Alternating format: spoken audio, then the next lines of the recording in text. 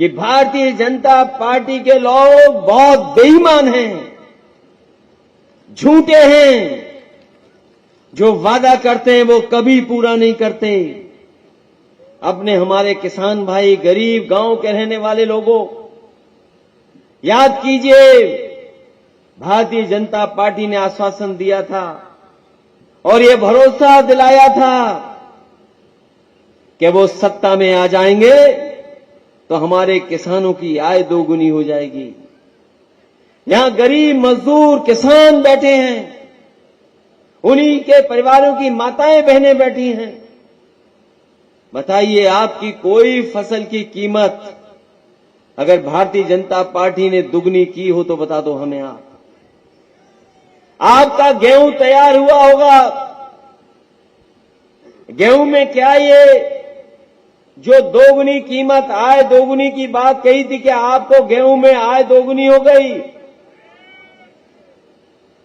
क्या जो धान आने वाला है या जो आया धान, पिछला भी हिसाब किताब लाइए, क्या धान की कीमत आपको उसमें आय दोगुनी हो गई? हमारे किसान का ना आय दोगुनी हुई, लेकिन महंगाई तो दोगुनी हो गई होगी। डीजल, पेट्रोल, जरूरत की चीजें सब महंगी हो गई। बीजेपी के लोग कहते हैं हमने तो नौकरी दे दी, रोजगार दे दिया। उत्तर प्रदेश में तो नौजवानों को नौकरी रोजगार नहीं मिला। बताओ, हमारे मध्य प्रदेश के और खासकर सिरमौर के रीवा डिस्ट्रिक्ट के लोग और खासकर नौजवान, बताओ आपको नौकरी रोजगार मिला कि नहीं मिला? बताओ, डिग्री हासिल कर ली, पढ़ाई पूरी कर ली, आप जाएं गांव में आकलन करें, पूछें क्या पढ़े लिखे नौजवानों को नौकरी मिल रही है? क्या ये सरकार नौकरी दे पा रही है? और तब जब मध्य प्रदेश में पिछले 20 साल से भारतीय जनता पार्टी के लोग हैं, आप हिसाब किताब लगाओ, बताओ कितने साल से बीजेपी के लोग हैं यहां?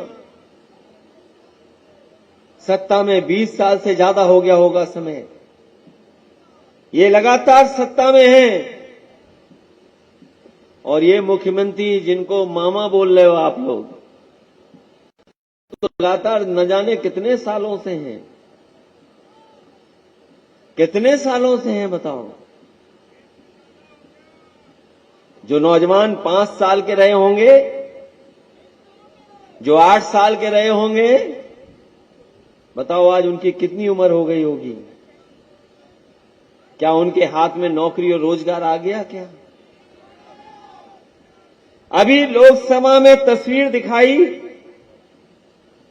कि नारी शक्ति वंदन बिल आ गया, अधिनियम आ गया, और बीजेपी के लोग प्रचार करने लगे कि अब तो माताएं बहनें विधानसभा में भी पहुंच जाएंगी, लोकसभा में भी पहुंच जाएंगी।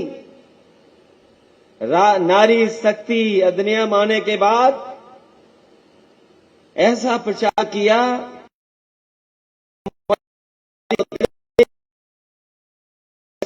जाएंगी। अभी बीजेपी ने सूची जारी की है, कई लोगों को चुनाव लड़ा रहे हैं, तो कहीं 33% अगर आ गई हो माताएं बहनें तो हमें बता दो उसमें। अभी जो सूची जारी हुई है भारतीय जनता पार्टी की, क्या उसमें दलित, आदिवासी या हमारी महिलाओं को मौका दिया है? अपनी माताओं बहनों को कहना चाहते हो, संगठन के लोगों को कहना चाहते हैं, अगर कोई हमारी मां, बेटी या बहन या कोई भी पदाधिकारी महिला है और अगर उसने क्षेत्र में काम किया होगा, बीजेपी के लोग 33% लड़ाएं न लड़ाएं, लेकिन समाजवादी पार्टी 20% महिलाओं को टिकट दे करके उनको मौका देने का काम करेगी। और हम भारतीय जनता पार्टी से कहना चाहते हैं, ये जो 33% का आरक्षण का जो सपना दिखाया है, वो तो न जाने कब पूरा होगा। कोई कह रहा 2 लोकसभा चुनाव हो जाएंगे तब भी लागू नहीं होगा। जब लागू हो तब लागू हो। कम से कम बीजेपी को मध्य प्रदेश में और आने वाले लोकसभा चुनाव में ईमानदारी से, अगर लोकसभा को उन्होंने मंदिर माना है और अगर इस बिल का नाम नारी शक्ति बंधन रखा है नाम, तो कम से कम लोकसभा विधानसभा में 33% माताएं बहनों को टिकट देकर के साबित करें कि इनकी नीयत साफ थी, इसीलिए इन्होंने 33% का बिल लाने का काम किया है। और हमारे समाजवादी लोग जानते होंगे, नेताजी के बारे में जानते होंगे कि एक समय था जब न जाने कितने लोगों ने विरोध किया था, न जाने कितने लोगों ने किस किस तरीके से कहा गया था कि अगर आप फूलन देवी को चुनाव लड़ाएंगे तो न जाने कितना विरोध हो जाएगा आपका। जो लोग पुराना समाजवादियों का इतिहास जानते होंगे वो जानते होंगे कि नेताजी ने किसी की परवाह नहीं की और वो फूल गरीब और खासकर जिनके साथ अन्याय हुआ उनकी आवाज बनकर के आगे आई थी, उसको भी लोकसभा में पहुंचाने का काम अगर किसी ने किया था तो समाजवादी लोग और नेताजी। हम लोग हमेशा, और खासकर समाजवादी लोग जो पिछड़े हैं, दलित हैं, आदिवासी, उनको हमेशा मौका देते रहे। मुझे खुशी है इस बात की कि यहां आकर के लग रहा है कि समाजवादियों के गढ़ में मैं आया हूं। मैं जब यहां के पूर्व विधायक लक्ष्मण तिवारी जी से मिला था मैं, और उनसे जब बातचीत हुई तो लगा कि ये न केवल चुनाव लड़ना चाहते हैं बल्कि ये भावनात्मक रूप से भी समाजवादी विचारधारा से जुड़े हुए हैं। ये जहां विधायक रहे हैं, मैं सबसे ज्यादा प्रभावित इसलिए भी हुआ हूं कि ये फौजी हैं। इन्होंने सीमा पर रह करके देश की रक्षा की है और मुझे खुशी होगी कि यहां की जनता इन्हें चुन करके भेजेगी और विधानसभा में आपके हक और सम्मान की रक्षा ये करने का काम करेंगे। लक्ष्मण तिवारी जी ने बुलाया हमें। आज उन्होंने पूरे समर्थन सहयोगी साथियों के साथ अपना चुनाव प्रचार भी शुरू कर दिया है और आज के बाद तो विरोधी पार्टियों में खलबली मच जाएगी कि समाजवादी लोग तो आगे निकल आए हैं। बताओ खलबली मचने जा रही है कि नहीं मचने जा रही है? जो लोग कह रहे हैं कि लाडली योजना बहुत अच्छी है, आप सोचिए, भारतीय जनता पार्टी की चाल समझिए। दिल्ली और भोपाल की सरकार ने मिलकर के पहले गरीब बना दिया,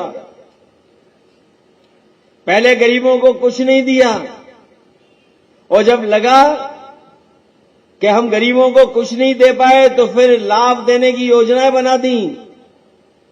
हमारे किसानों के अकाउंट में भी भेज दिया कुछ पैसा, हमारी माताओं बहनों को भी दे दिया।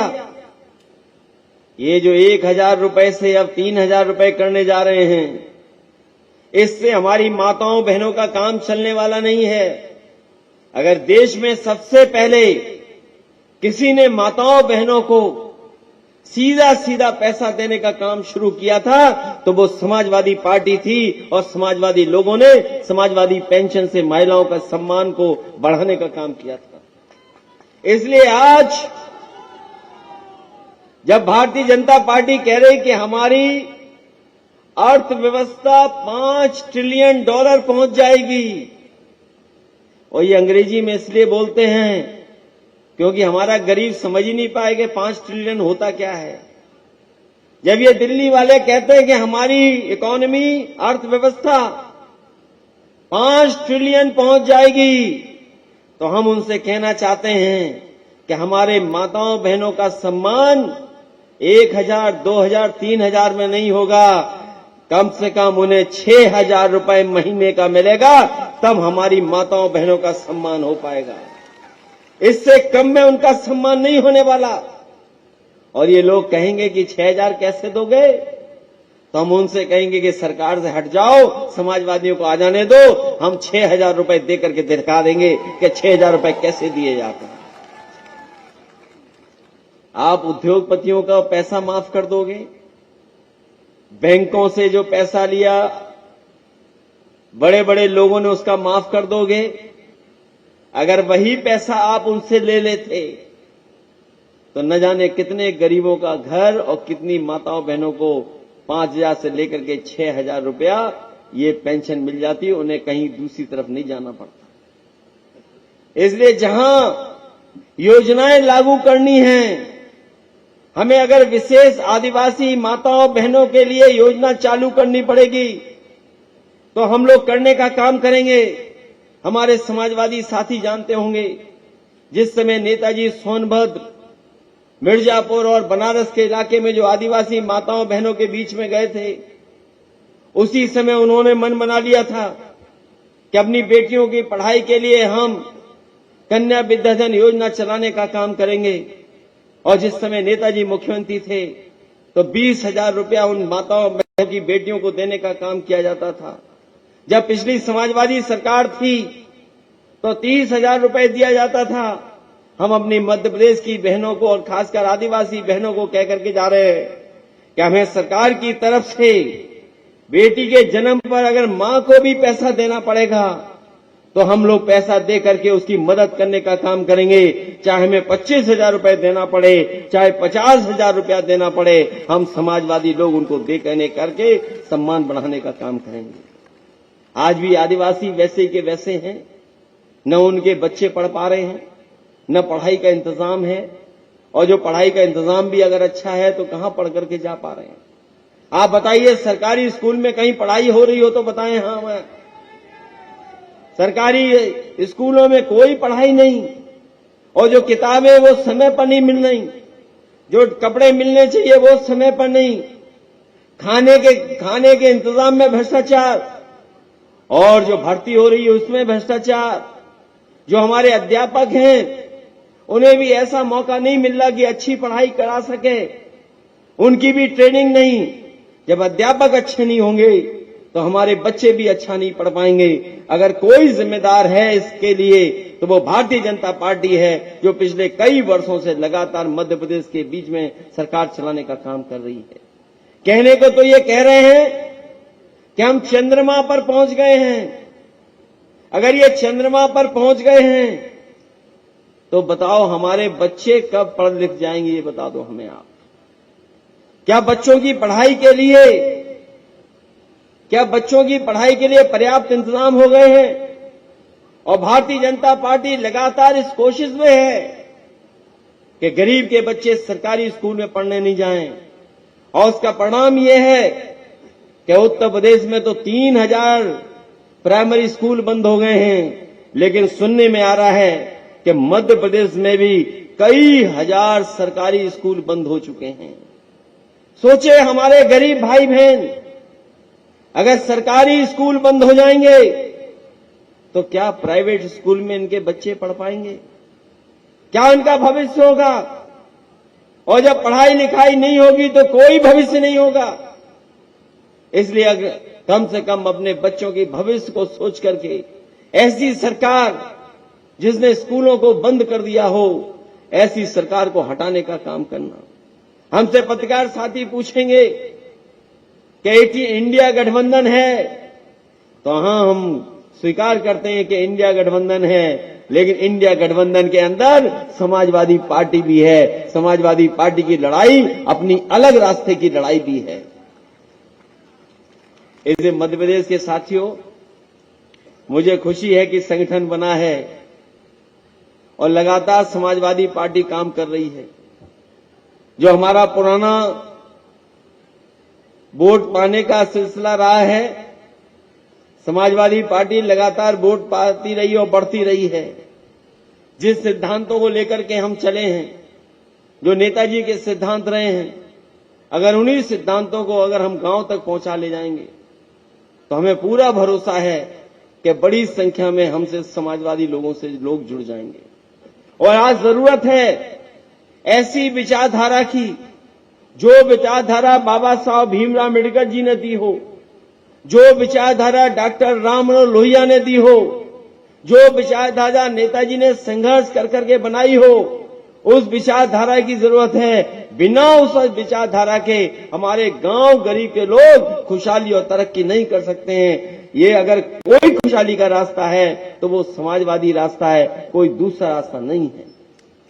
समाजवादियों के काम, समाजवादियों के सिद्धांत और समाजवादी योजनाओं को अगर आप समझा दोगे तो हमारी समाजवादी पार्टी की बहुत बड़ी मदद होगी। हमें उम्मीद है कि उत्तर प्रदेश के भी कार्यकर्ता नेता यहां समझा करके इस समाजवादी पार्टी के साथ लोगों को जोड़ने का काम करेंगे। आप सबको बहुत बहुत धन्यवाद और बहुत बहुत बधाई देता हूं। साथियों, नेशनल जनमंच को सब्सक्राइब करें, साथ ही बेल आइकन की घंटी को बजाएं।